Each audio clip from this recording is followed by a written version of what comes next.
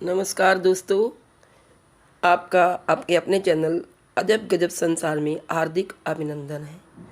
दोस्तों, ईश्वर जो करता है अच्छा करता है और ईश्वर बहुत दयालु है।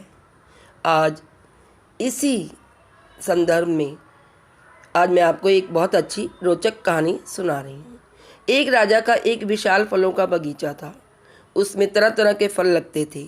उस बगीचे की सारी देखरेख एक किसान अपने परिवार के साथ करता था और वो किसान हर दिन बगीचे के ताज़े फल लेकर राजा के महल में जाया करता था। एक दिन किसान ने पेड़ों पर देखा कि नारियल, अनार, अमरूद और अंगूर पक कर तैयार हो रहे हैं।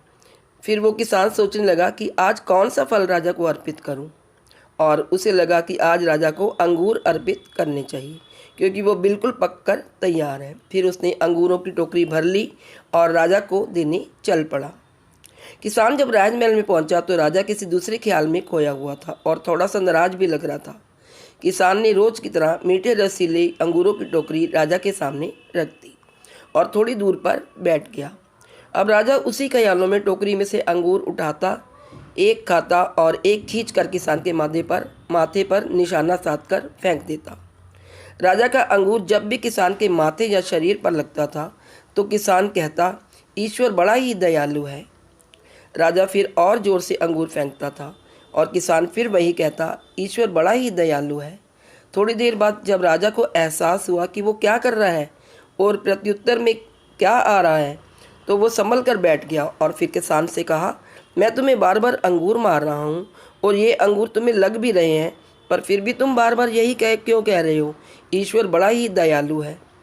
किसान बड़ी ही विनम्रता से बोला, राजा साहब, बागान में आज नारियल, अनार, अमरूद और अंगूर आदि फल तैयार थे, पर मुझे भान हुआ कि क्यों ना मैं आज आपके लिए अंगूर ले चलूं। अब लाने को तो मैं नारियल, अनार और अमरूद भी ला सकता था, पर मैं अंगूर लाया। यदि अंगूर की जगह नारियल, अनार या अमरूद रखे होते तो बताइए, अगर वो आप मेरे माथे पर मारते तो आज मेरा क्या हाल होता। इसलिए मैं कह रहा था, ईश्वर बड़ा ही दयालु है। तो दोस्तों, तात्पर्य ये है कि इसी प्रकार ईश्वर भी हमारी कई मुसीबतों को बहुत ही हल्का करके हमें उबार लेता है।